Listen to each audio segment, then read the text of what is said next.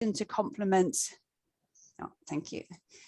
We have another session to complement today's session on Thursday, the 3rd of March, called Practical Skills for Living on the Land.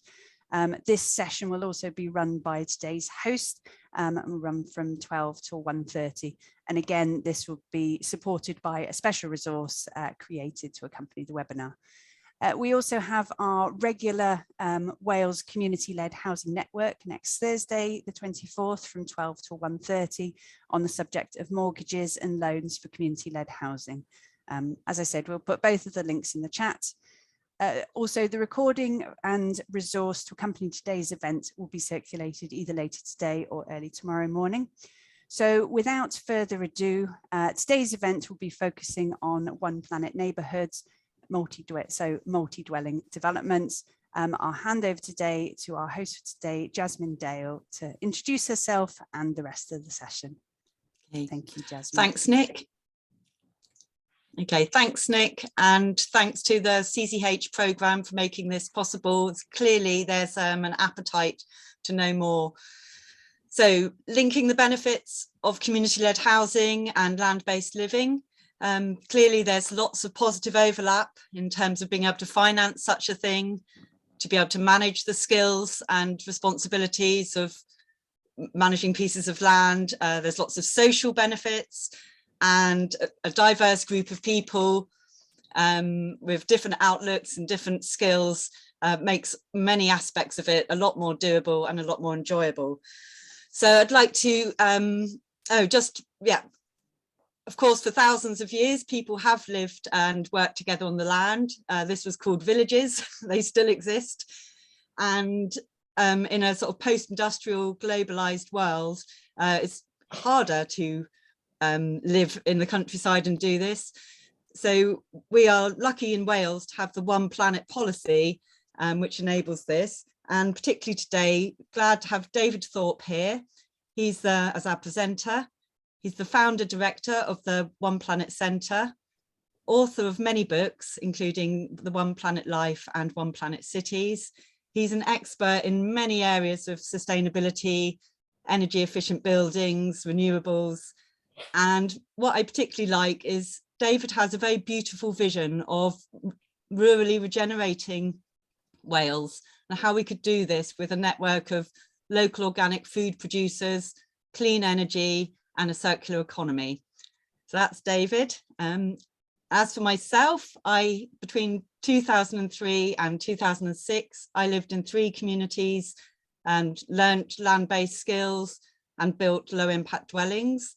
From 2009 to 17, I was a co-founding family of the Lammas ecovillage, where maybe over thousands of people came to learn land-based skills and building design and other aspects of community living.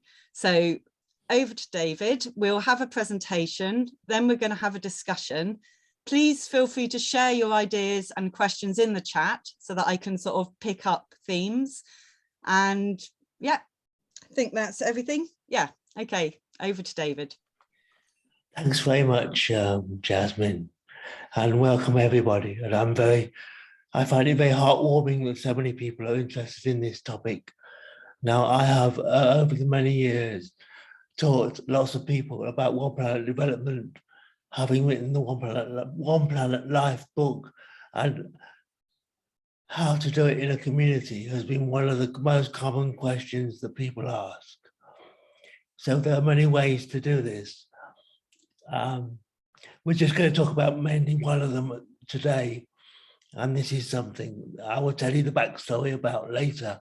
But first of all, I'm going to share my screen and show you the resource that we've developed and which will be available for you later after this webinar. So you don't need to take notes because you will receive a copy of it. So let me share my screen.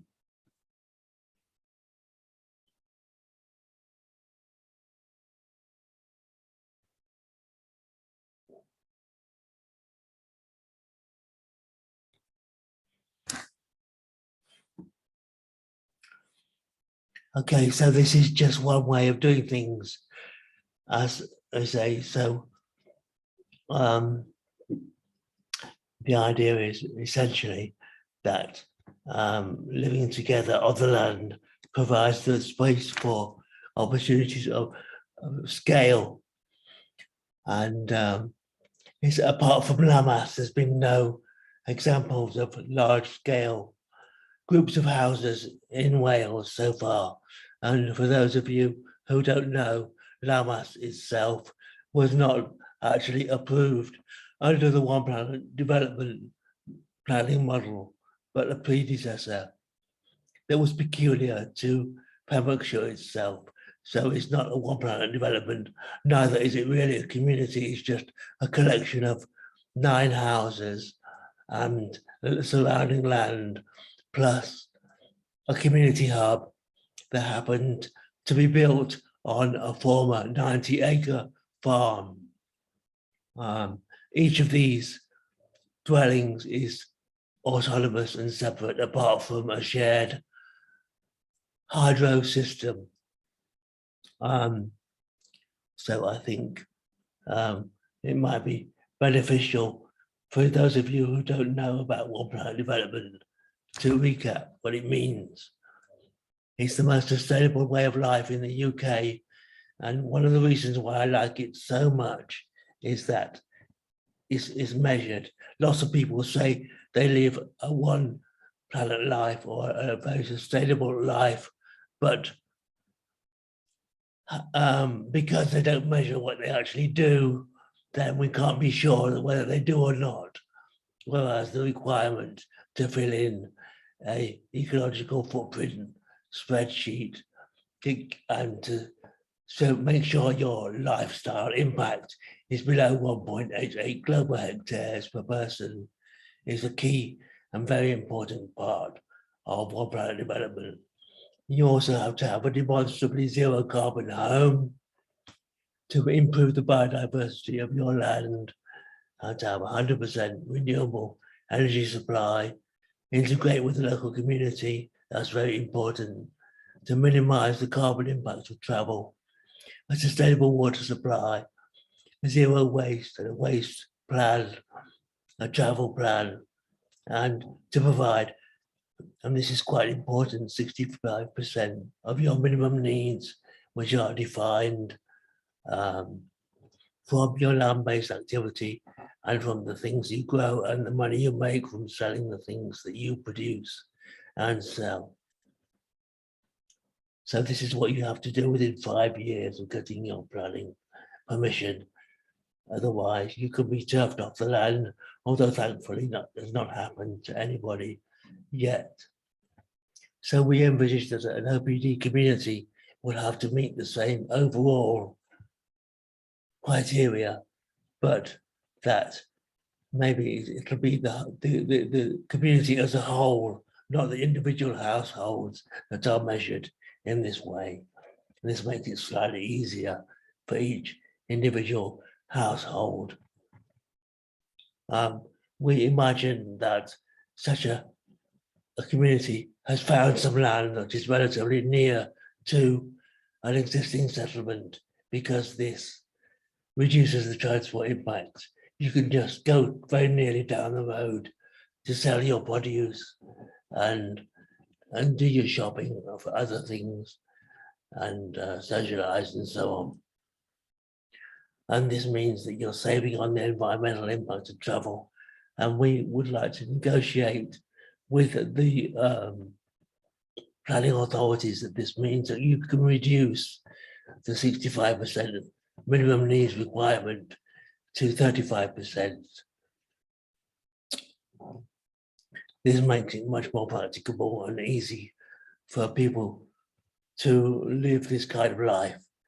And one of the things that I believe very strongly is that to make this kind of life available for the mainstream, it has to be made a lot more accessible and a lot easier.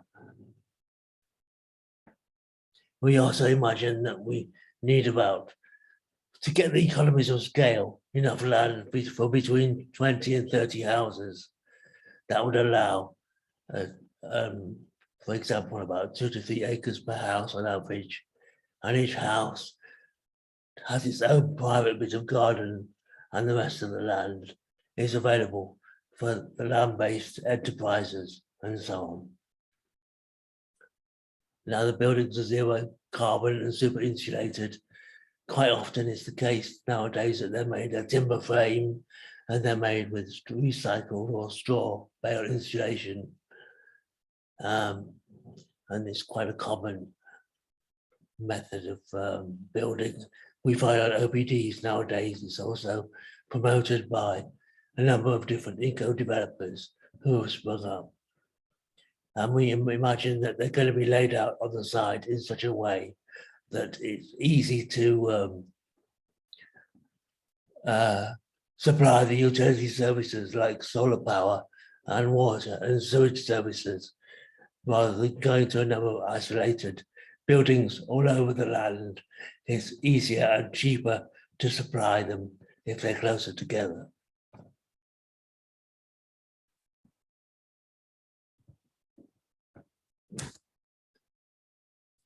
So, because one of the common complaints about OPD is that you need a lot of money to be able to buy the land and to build a house, we envisage that some of these houses will be for rent, and some of them will be for leasehold sale, but the ground itself, the land itself, will be held and owned by a separate legal body, which could be a community land trust, a CLT.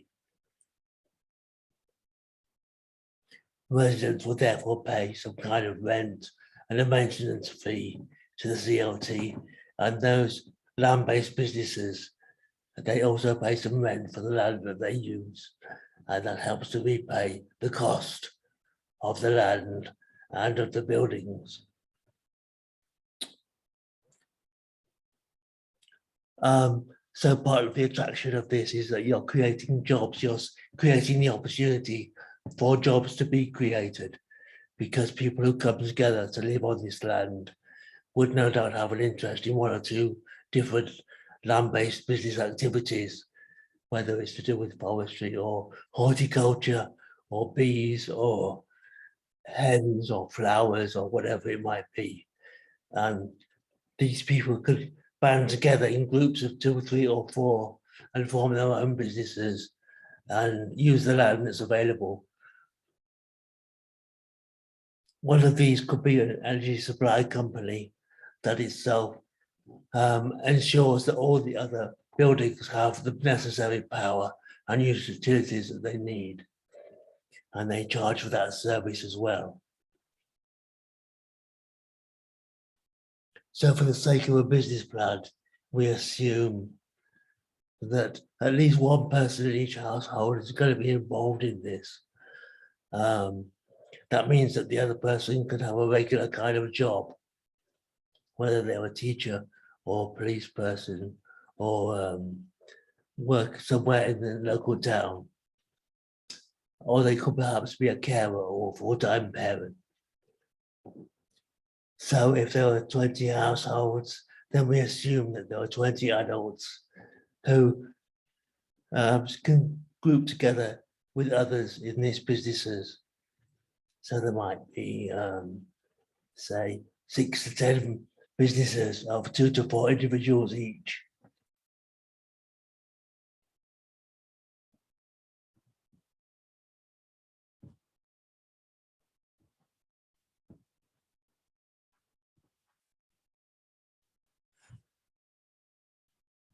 I'm a big fan of a German or Austrian model of development called Baugruppen, where individuals come together before they move onto the land to work out all the kinds of ways that they're going to live together.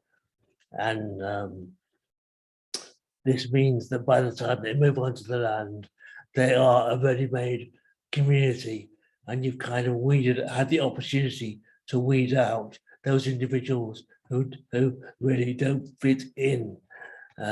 They self-select out, or they realize they've got to cooperate with everybody else, at least on the level of the way that they're going to work together. And they thrash out the different agreements that they've got to have for conflict resolution and so on.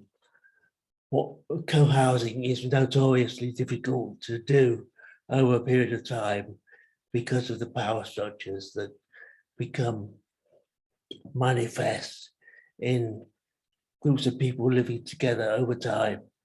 And so it's very important. A lot of the groups that I've been mentoring, they spend a lot of time working out the kind of systems that they're going to use and the agreements and policies that they're going to adopt for conflict resolution. And bound group in itself means build group. It's a German word, and it enables these individuals to come together, and it's a zero profit housing model. And quite often they directly employ a developer who, or if they don't develop it themselves, and the developer is employed on the basis that they don't maximize their own profits. They put a ceiling on the profits of about 15%, which creates a market for a new kind of developer, an eco-developer. And I'm sure that there are lots of such people out there already, like Down to Earth and Western Solar, who have already built a number of homes. There's a zero carbon with a local supply chain, local large timber, and so on. So it's a way of getting away from the large scale developers like, well, you know who they are, who build the kinds of things that we see literally in the countryside. It's really horrible to live in. We also envisage that the kind of place you're going to create will be a very attract a lot of attention. So it's high profile. People will want to come and they want to learn. So we supply courses. There'll be some kind of place for teaching to occur. And the funding for this is likely to be crowdfunding. It might appeal to people all over the country who wish they could live this kind of lifestyle, but they can't themselves for one reason or another, but they would like to invest and facilitate other people doing it. We also think that there is plenty of grants available for the Welsh government for this kind of thing, because Mark at Down to Earth has already accessed such kind of grants for similar projects that he's done himself. One of the advantages of using a CLT as a vehicle, a legal vehicle to own the project is that it could have an asset log, and that prevents anybody in the future selling their bit of land and their house for a vast profit, which is what happened to the old garden cities in this country, like Welling City.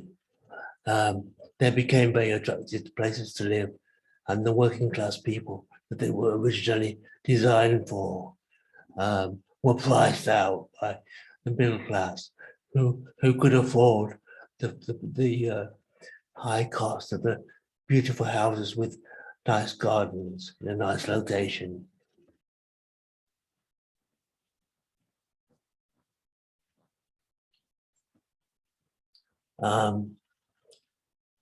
So that's pretty much the end of that.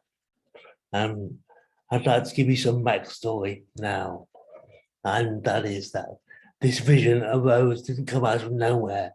It came out of my work with Calan Cymru Network, and Calan Cymru means Heart of Wales, and the Calan Cymru Network is an organisation of architects and builders and so on. And I'm going to try and find the website for you.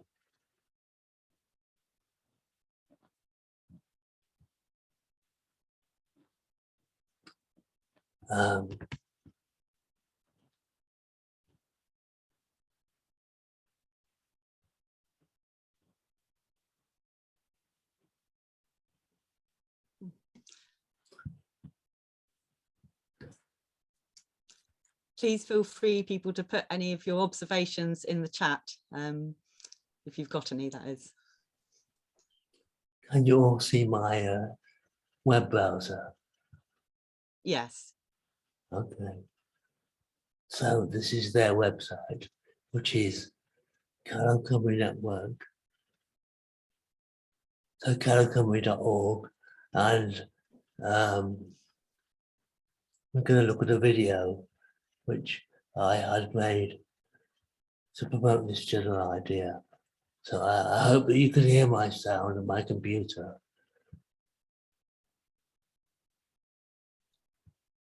I'm a bit clumsy these days.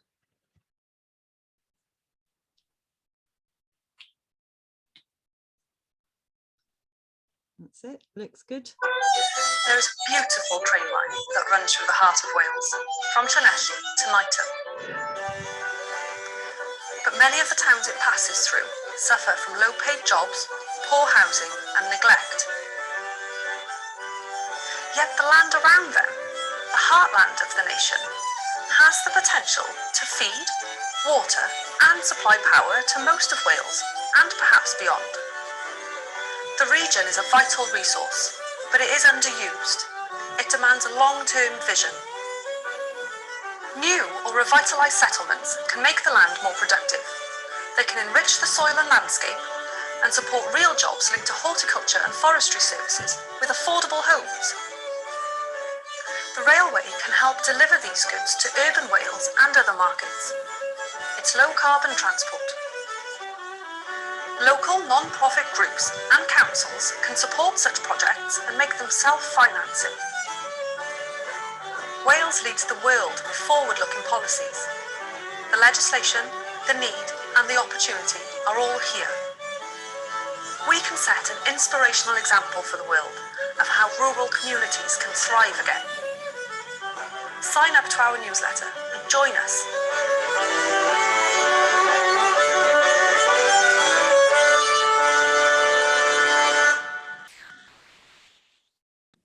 There. So I like the vision that's in there, and I love the drawings that Emily Hinchelwood did. So once we made that idea, that we commissioned a feasibility study on whether this could actually happen on the end. What is a person's knowledge and experience actually worth? 20k a year? 50k? What if I told you there are people making 100k, 200k?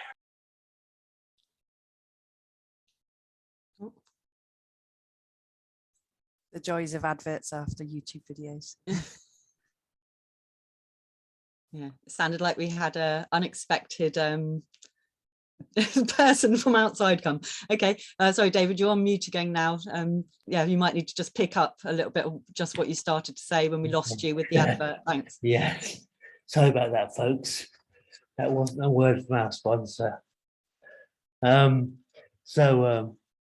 we commissioned a feasibility study, and this was into the possibility of having a vision like this on the edge of the town here. And we found that there are two main obstacles on the whole, and one is the availability of land, and the other is the price of land. So I'm sure anyone who starts to look for land will have come across the same thing. I mean, land is quite available, but is often a long way away from a nearby settlement. So if you do find some land near a settlement, grab it where you can. Developers tend to buy up land, as we know, and use it and hold on to it until they can use it for a profit. So that's what happens. Now, what we did was also we commissioned some business studies, and I think these are very important. I'm going to try and show you that as well.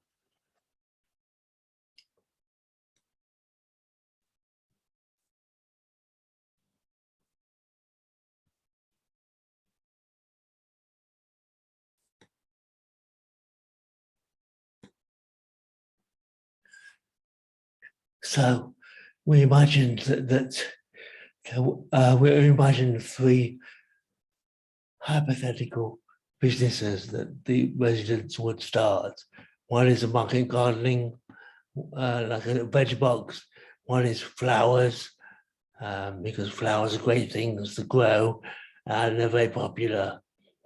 And they fetch a lot of money as well. And the other is poultry, because hens start laying eggs straight away. So this is a way, each of this particular spreadsheet, each of these has its own tab where the costs and the benefits are worked out. Like this, income, running costs and profit. And then as a summary, to work out exactly how much money would be returnable to the CLT every year. And then we did another one, which is to do with the land and the business, the building costs.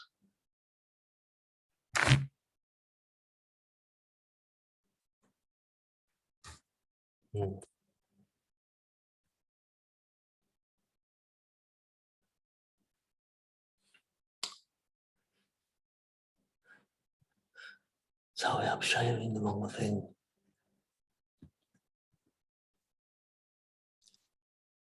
The thing just might mention while you get your thing that there is quite a lot of support out there, isn't there, to help develop business plans. They can look, these sort of spreadsheets can look a bit daunting to people who haven't done them before, but like Tyfu Cymru, for example, they were definitely offering lots of really good support to anyone who wanted to do, say, edible horticulture businesses and related. Yeah. So this was paid for by the Wales Cooperative Society, who paid somebody to produce these for us. And because we didn't have any land at the time, it's kind of hypothetical. And then when you get your actual land, you know, how much land you've got, you can play around with a spreadsheet like this to work out how many houses you could build, how much they might sell for, how much they might cost to build, and what the weekly rent might be and what the sale price might be, depending on how many of them you manage to sell. And then the trick is to work it out so that although you're going to be in debt for quite a long time, you've got to come back to a point where you are repaying your investors. And once you've sorted out your business plan like this, then it's possible for you to go out and raise the money.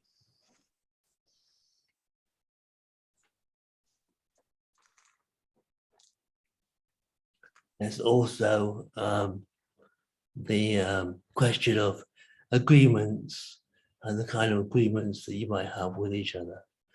And to that end, this is one possible way of looking at it.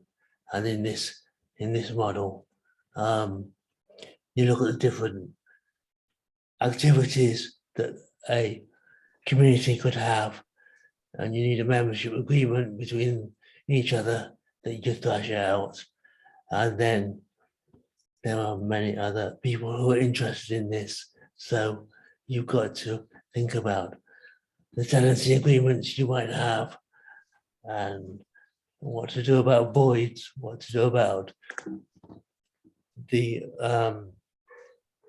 planning authority and the conditions that they have and the agreements that you want to have to with each other and with the CLT and with the investors. And it ends up looking really complicated. But this is a lot more complicated. It looks a lot more complicated than it could be in practice. But the items in red are probably the essential ones, and the other ones you might want to have if you choose to, like antisocial behavior agreements. Basically, you're trying to imagine all the things that could go wrong and prepare a policy for how to deal with them, so that you're not making it up on the hoof. And this kind of thing can be really divisive in communities when it does happen.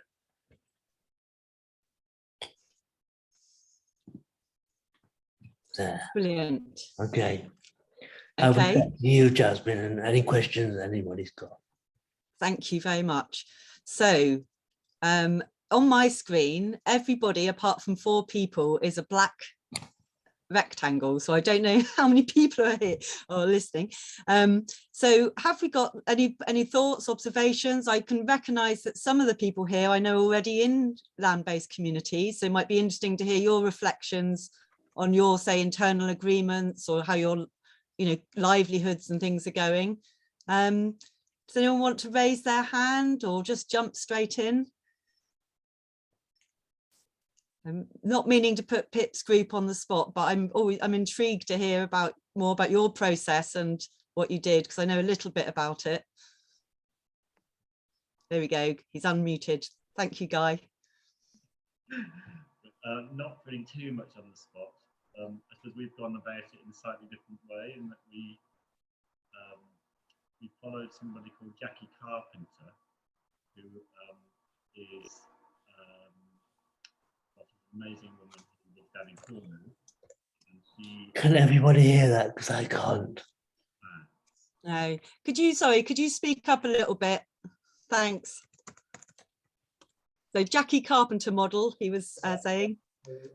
She developed a model from a community down in Cornwall, in Trelay, which is sort of a farm down in Cornwall that she was involved in founding 15 years ago, something like that. And we attended a course that she put on, which was around how can you sort of develop co-housing in a rural community using buildings that already exist as a starting point. And we basically followed that and went through it, and we've sort of done it using her model. We're very early stages. We sort of moved in August last year. It's a group of 9 of us with 2 children who will be all based here by this summer. And basically we've used a lot of the models that she created, so we've got quite a lot of documentation and you know, policies, and the agreements that we make between each other have all been provided on the course. And it's been an amazing resource, really. As I say, we're quite early days. We're just looking at the sort of land as a whole. We've got 95 acres in total, of which we're trying to raise the money for the other 75 acres in the next few months. And really we're quite an old group, because I suppose in a way that's what happens. People gather money during the course of their lives, and we're very, very keen to sort of use our resources to support younger people to get involved in the next stage of development, which will be tied to the land, where I suppose today's webinar really sort of is of interest to us in terms of that connection between the land and accommodation that we're providing on the land. Yeah, so 95 acres with a plan to buy 75 more. I know that there's actual some proper farming experience, isn't there, in your group as well? So that's you know, different things. So not using the One Planet framework at this point, but having done serious work on learning some models, and particularly I think you're using sociocracy, aren't you, as a sort of model of how to keep the community dynamics clean and sensible. So I do keep hearing good things about the sociocracy model. I don't know much about it yet. Yeah, so cheers, thanks for that. And or maybe if you want to put your contact details in the chat, if you want any, if you're open to people you know, asking advice or seeing how things go. If we've got anyone else here on the call who's hoping to do a One Planet development with a group of houses, or any questions arising from what we've heard? Because we're all in rural areas, sound quality is pretty dodgy, isn't it, really? Well, a lot of us are in rural areas. I can't wave my hand at you because I don't have a video on this, but I have 27 acres, a 27 acre small holding, and was just sort of wondering what can be done in the direction of One Planet development without necessarily all the constrictions and constraints that imposes on. I just wonder, you know, you're talking about 95 acres or 100 acres, you know, that much larger than I've got, and I'm wondering whether there's a possibility of doing something smaller somehow within the constraints of One Planet development. You know, I'm sort of at a very much a thinking, wondering whether it's possible, wanting to do something, not sure whether I can, and so on. There's one, so that's one element of it. I did look into One Planet development just to see what it meant a few years ago, and the thing that, although it wasn't relevant to me, knocked it on the head as an idea for me, was the fact that you're not allowed to retire on one. And I thought, that's just mental. If you spend all your time developing putting a One Planet development thing, living your life there, and then when you retire, you get kicked out into some home or just kicked out, whatever. I didn't get it, and I thought that, okay, it's out the window as far as I'm concerned. Okay, these are very interesting points. So, David, do you want to come back on those before me?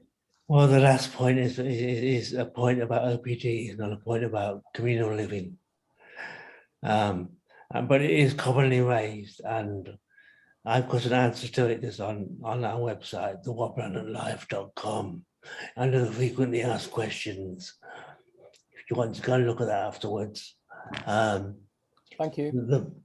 It's important to stress that OPD is only required for land on which there is no existing house.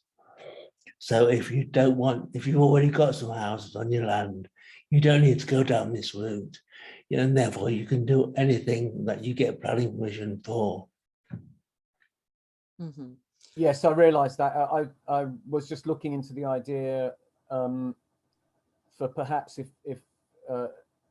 I don't have, you know, I've got a derelict cottage and a barn that I'm planning to convert, but that's, you know, yes, I can do that with planning permission, but any other sort of accommodation becomes very, very difficult under sort of standard planning rules. Yeah. So, and the other, I mean, the community thing, the difference between 65% and 35% required earnings makes a big difference, a positive difference to being able to set up something like that. But clearly that doesn't apply to single dwellings. It's the community calculation that works for.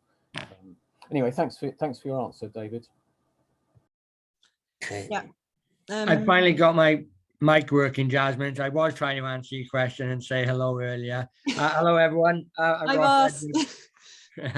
Hi, everyone. I'm from Garrison Farm, and just to answer the question, yeah, I'm looking forward to getting involved in One Planet development, hopefully from an urban perspective in Swansea. And I'm also looking to develop some plans in Carmarthenshire on a 44-acre site where we can do the more rurally aspects of One Planet Cities and One Planet Life, to try and do both aspects very early in our journey. But we're looking to bring a unique demographic to the situation in the form of veterans, or in the fact, they're very unique and very interesting for OPD because they've lived in, these types of environments before and have had to settle and understand new rules and regulations being enforced. I mean, in a camp type structure. And I think this is going to be very interesting for veterans as a demographic to see if they can be one of the, the types of people who can provide some answers to what we're all trying to achieve. Wow, that is an interesting thought, because also you'd have the discipline and physical skills. These are some of the qualities that are required in reality to actually do this and to do it well. Yeah, that's very interesting. Well, I'm sure like the Communities Creating Homes organisers would be pleased to keep in touch. Our programme is coming to an end in a few weeks, but the Wales Cooperative Centre will be continuing, of course. So please, or anybody who would like to, I think I have been asked to do this, to check for emails. If anyone wants to pop their email in the chat to be contacted in future by the organisations running today's event, if we've got resources or things to help you with.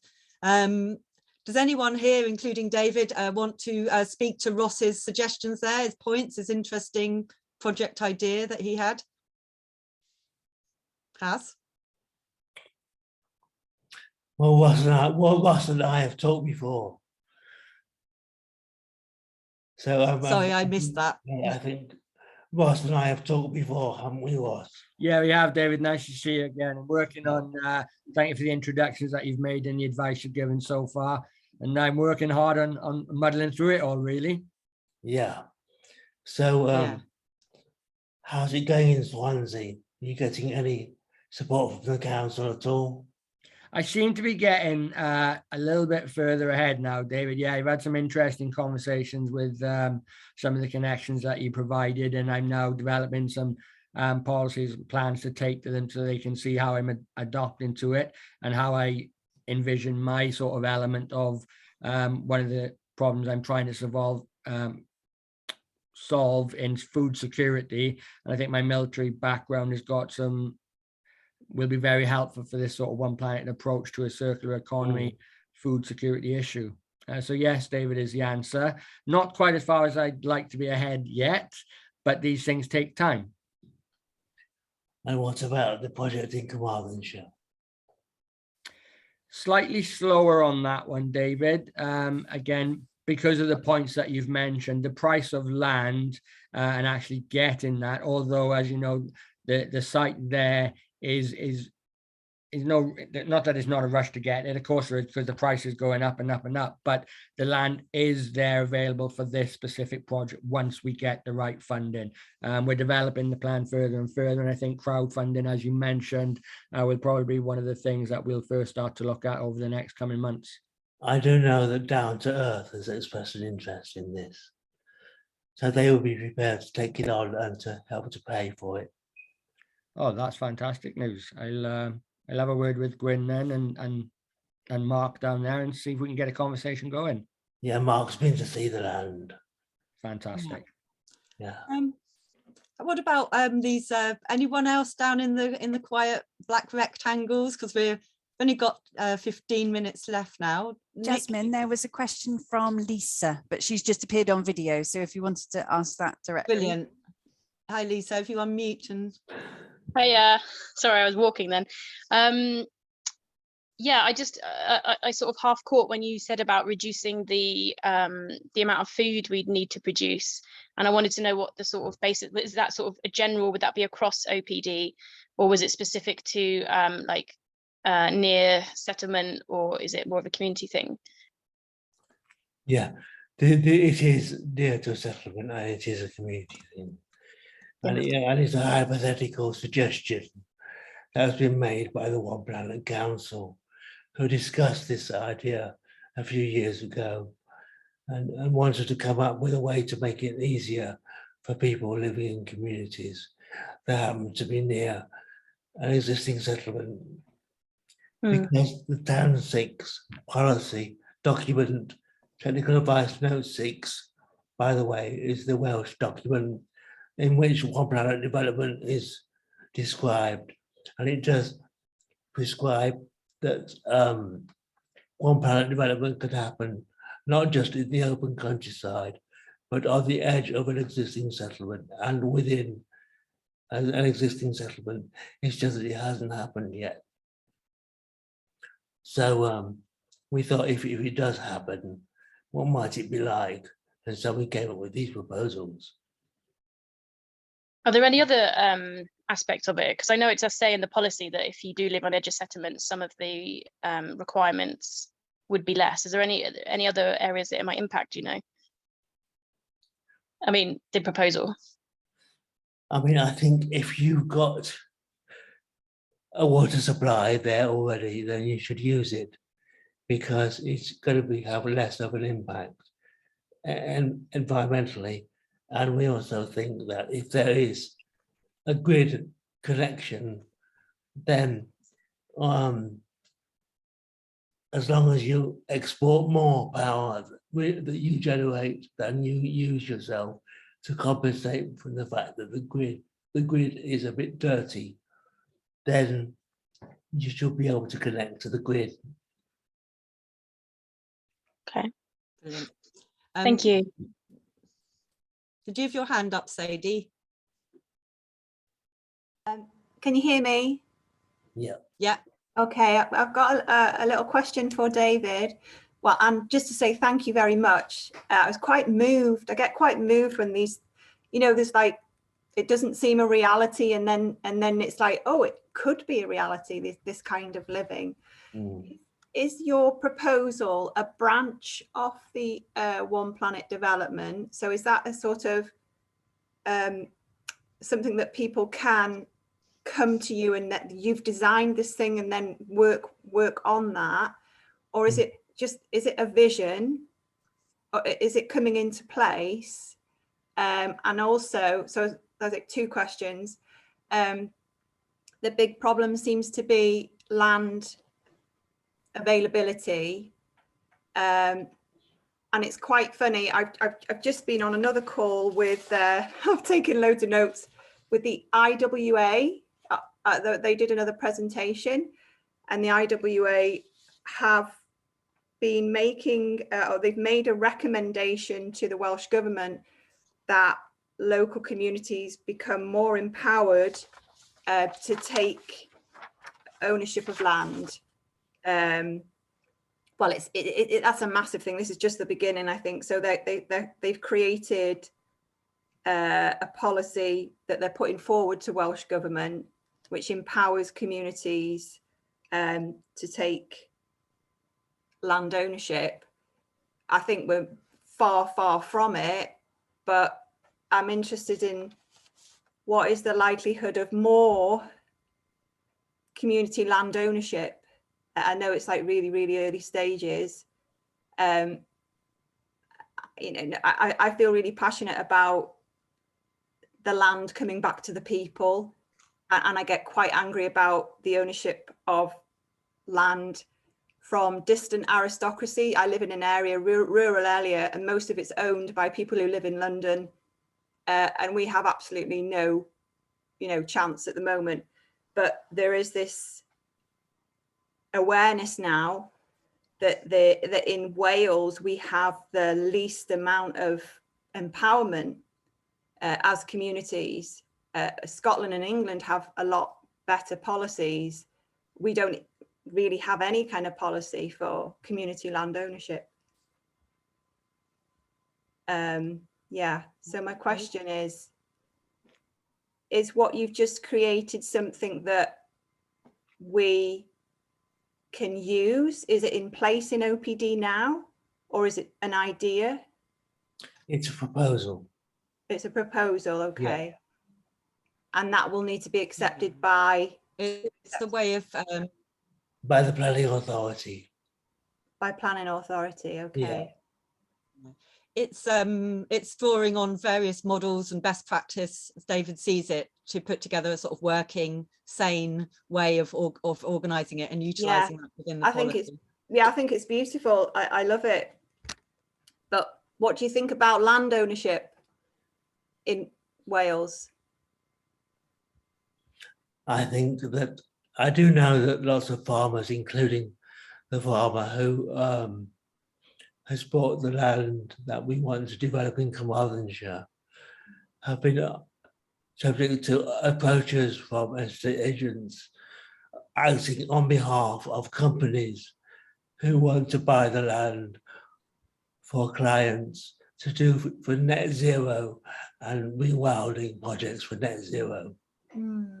So, and that is also pushing up the price of land, besides the fact that since the pandemic, a lot of people have wanted to move to Wales, and that's put the price up as well. Yeah. Okay, we've got, is that enough, Sadie? Yeah. And also, they've been putting links in the chat, Claire and Nick and people, to do with your responding to what you're asking. There's two very strong questions come through here. So from Max. So first of all, is wondering, is there anything in the way of a network to connect communities following this model? It would be great to see a list. If you mean the One Planet development model in general, then the One Planet Council has I think a comprehensive list of all the projects which have received permission. As David mentioned at the beginning, there's only one I know of really, that's 4 groups of families living together. So there's a lot of information there. and they have events every year, you know, networking events for people under the One Planet policy. Also the Facebook page of One Planet Council. I mean, I don't use Facebook much, but there's generally a very strong, thriving discussion, people sharing information about their planning apps, finding land, getting finance, all those sort of things. So is that question one? Is that okay for you, Max? Number two, I'll need some help here from you guys. Has there been discussion regarding rent to own schemes, as they have enormous emancipatory potential and that can help people get without capital to get out of the rent trap? So are there rent to own schemes relating to community and land-based living?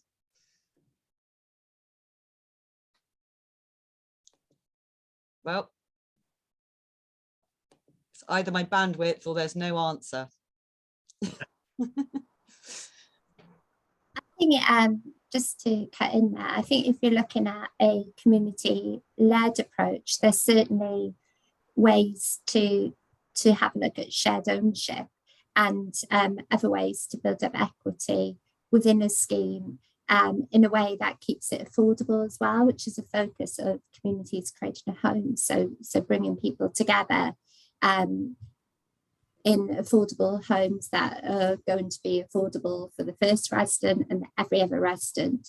So it's important, you know, if you want to come together like that, it's important to kind of look at your vision first, and by all means download the welcome pack, which I've shared there as well as have a look at our website, you know, and we can start looking at what model suits you, because there's various ways of looking at community-led housing, and myself and the Communities Creating Homes team with Nicola as well in the explore phase are here to help you look at that. So there are ways of exploring, you know, affordable living, getting out of the rent trap and so on, you know, to have a look at that. But it takes people coming together and being prepared to spend the time looking and working together to have a look at the different ways of doing that and explore the various different models of community-led housing, of which OPD can be one, or, you know, applying OPD principles to different communities without fully going down the OPD route. Yeah, shall I just jump in with, I would like to just jump in for a second with something about practicalities, because we're talking quite a lot about the legal frameworks and those sort of things. The Baugruppen model that David mentioned at the beginning, I think, or using a company like Down to Earth or Western Solar, if you've got that possibility of having you know, sustainable developer come in and build your buildings for you, then that can be really, really a great way to get this to happen without, you know, too much stress on the individuals. But many people I speak to that are thinking to do a co-housing land-based living project, because they wouldn't be able to afford to rent at the same time as buying the land, then they are looking from starting from bare fields and living on those fields. And this, as you can imagine, if you imagine, well, the reality, if you don't have any electric, you've got no piped water, got no toilet, you might have a caravan and so forth. And so that, I think, is to be borne in mind with the balancing between communal responsibilities and the individual responsibilities. That's something that's quite important to think about if you're thinking to go into a land-based project as a community. You know, in our case at Lammas, like David said, it wasn't One Planet development, but we were certainly under something very similar. And we committed to a communal building. And if you imagine, if you look at the scale of what's happening on this screen, that while people still didn't have water or electric, we were committing to building a community building. And of course, if you are a group of homes, there's a very good reasons to have community buildings, because for your livelihood plan, for storage, for conviviality, for social reasons, it's a brilliant asset to have. But if that's the scale you're looking at, you know, for community building, I mean, under that green tarp, there's 1,000 straw bales. And, you know, if you're going to work, having children, you might have a back injury, most likely, if you're looking to do a land-based lifestyle. It seems to be necessary. And then you've got to do your business in the morning, you've got to go to your community meeting, and then somehow you've got to rock up and build something like that. So I just say, think very carefully about those stages. The Lammas community, it caused an awful lot of burden and strain on us. And we, as individuals, we ended up, all 9 families contributed somewhere between 25 and 40,000 pounds on top of the grant to fund it. So it was a massive ask that we weren't expecting. But I will say one positive final note, and I thought it'd be nice to show you some pictures as we come near the end, is just that, you know, you do end up with something that thousands of people benefit from. And in our case, volunteers came to the rescue, and unexpected positive outcomes, not legally under the same community, but the people that were volunteers on that building project, we then had, I think there's 5 OPDs now in the village, who are part of the community, you know, socially and emotionally, but they're not legally as part of the same community. But out of that has come a group of OPDs that are doing it very well, and the second wave is very much welcome. So that's just my little thing of being careful to balance looking after the family, the self, with the big community commitments, because many people like the communal meal, the communal work, but it's a balancing act to be thought about very carefully.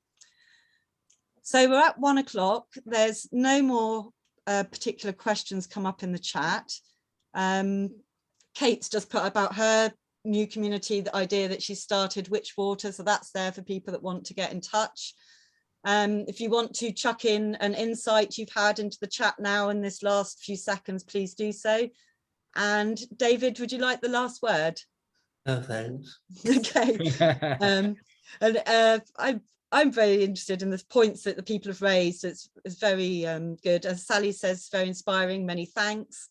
And what about from our hosts and funders? Would you like to wrap up at all? Yeah, I mean, just to say a huge thank you today to David and yourself, Jasmine, as co-host. Yeah, and I think we'll be circulating the resource like we mentioned. We've got the event, which I put a link into the chat and is available on the Wales Cooperatives Eventbrite. So that's the practical skills for living on the land. And yes, anybody that that is looking to build an OPD community in Wales, please do get in touch with the Communities Creating Homes programme. Thank you very much. Okay. Thank you, everyone. Thank you. Thank you. Bye. Thanks. Bye-bye. Well, I'm a tro.